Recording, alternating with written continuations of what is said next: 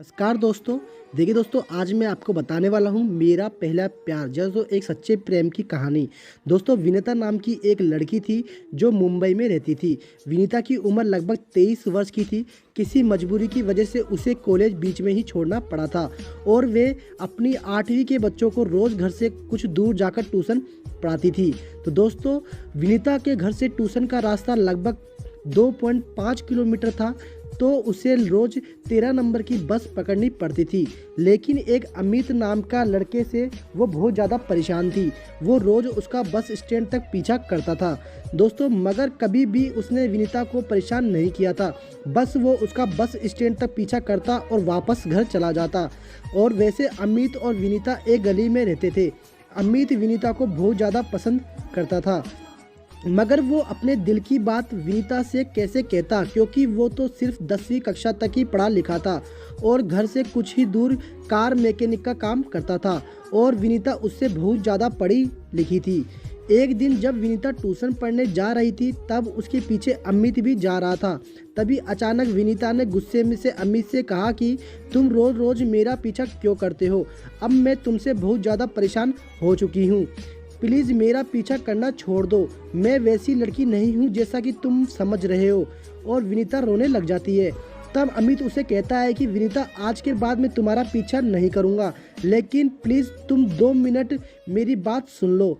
तब प्रिया अपने आंसू पोंछते हुए कहती है, कहो तुम्हें क्या कहना है? अमित कहता है कि विनीता, मैं रोज़ तुम्हारा पीछा जरूर करता हूँ, लेकिन आज तक मैंने तुम्हारा साथ कभी भी बदतमीजी की नहीं की। तो विनीता, क्योंकि मैं तुमसे बहुत प्यार करता हूँ, लेकिन आज तक तुमसे कह नहीं पाया। विनीता, ये बात सुनकर विनीता ने गुस्से में अमित को थप्पड़ मार दिया और कहा कि तुमने ये कैसे सोच लिया कि मैं तुमसे प्यार करूंगी? तुम जैसे लोफर से तो कोई भी लड़की कभी प्यार नहीं कर सकती और आज के बाद मेरे पीछे आने की कोई ज़रूरत नहीं है। और विनीता वहाँ से चली जाती है। अमित भी नाराज होकर अपने घर चला जाता है। अगले दिन विनीता जब ट्यूशन पढ़ाने जाती है तो क्या देखती है कि उस दिन अमित उसके पीछे नहीं आया।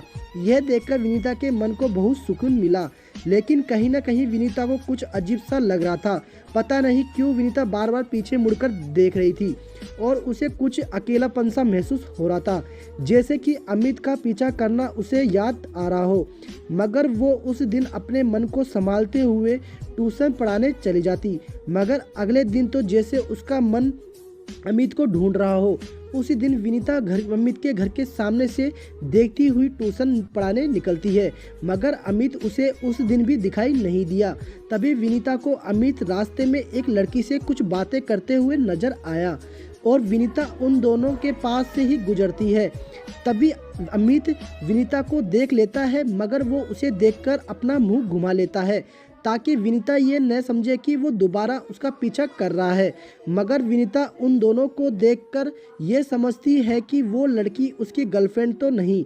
तब विनीता आगे चलकर दोबारा पीछे मुड़कर देखती है, मगर अब वो दोनों वहाँ चले गए थे। लेकिन विनीता रास्ते में चलते चलते ये सोच रही थी कि उसके दिमाग में अमित के बारे में इतने ख्याल क्यों आ रहे थे। तभी वो ये सोचते हुए ट्यूशन पढ़ाने चली जाती है।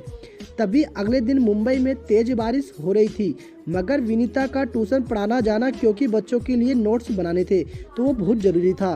तो और विनीता एक छतरी लेकर अपने घर से निकल जाती है। उसी वक्त अमित अपनी छत पर बारिश में नहा रहा था, तो वो देखता है कि इतनी बारिश में भी विनीता ट्यूशन पढ़ाने जा रही है, कहीं उसे बारिश में कोई परेशानी ना हो जाए। तो इसलिए अमित दूर से ही उसका पीछा करता है और उसके पीछे पीछे चलता रहता है।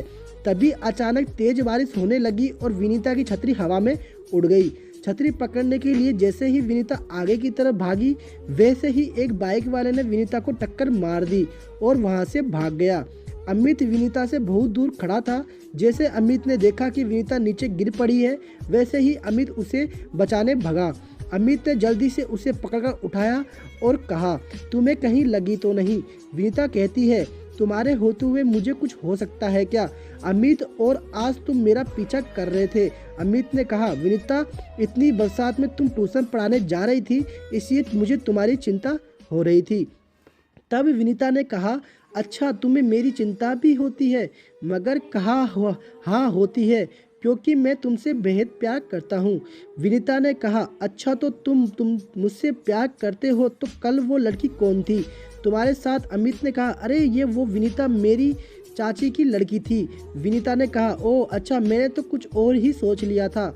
अमित ने कहा, चलो विनीता अब ज़्यादा बारिश में मत भीगो, मैं तुम्हें घर छोड़ आता हूँ। तब विनीता कहती है, नहीं अमित, आज मुझे तुम्हारे साथ इस बारिश में ही भीगना है क्योंकि मैं भी तुमसे प्यार करने लगी हूँ। अमित, और उस दिन मैंने गुस्से में तुम्हारे थप्पड़ मारा था, उसके लिए मैं तुमसे माफ़ी मांगती हूँ।